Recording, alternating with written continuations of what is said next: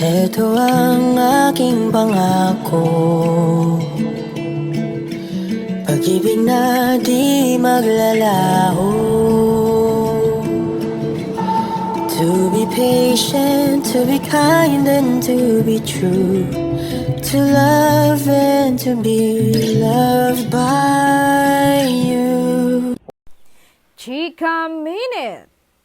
Bali-balita, magbabalik ang PGT o Pilipinas Got Talent ng ABS-CBN.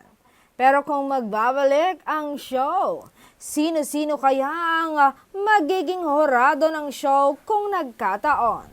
Kanyang-kanya na mga komento ang mga utaw online. Hirit ng isa, for sure, isa na dyan si Vice Ganda, ang Kabogable Star at si Sir Freddy M. Garcia o Sir FMG kung tawagin. Magbabalik kaya si Angel Locsin sa pagiging horado? Kung nagkataong magbabalik, for sure, pasabog.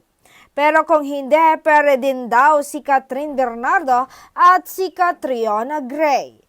Hirit din ng mga Donbell fans ay pwede rin dyan daw si Donnie Pangilinan. Lodi yan sa pagiging horado. Pinatunayan na yan sa It's Showtime sa Magpasikat. Pero tignan natin kung magbabalik ang show dahil ang uso ngayon ay interview. Gaya ng show ni Tito Boy Abunda na Fast Talk na napapanood ng hapon sa GMA.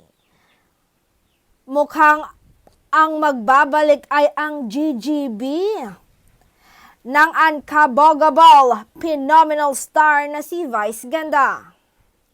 Madami na kasing nagre-request na ibalik ang talk show dahil sa pagiging makwela ni Vice Ganda na TV host na nakakatanggal daw ng stress at napapaamin pa niya ang dumadalong artista doon, lalo na ang mga love scenes. Si Donnie Pangilinan nga, ito nga ang kinakatakutang show dahil for sure, mauungkat ang tunay nilang relasyon ng love team partner na si Bel Mariano.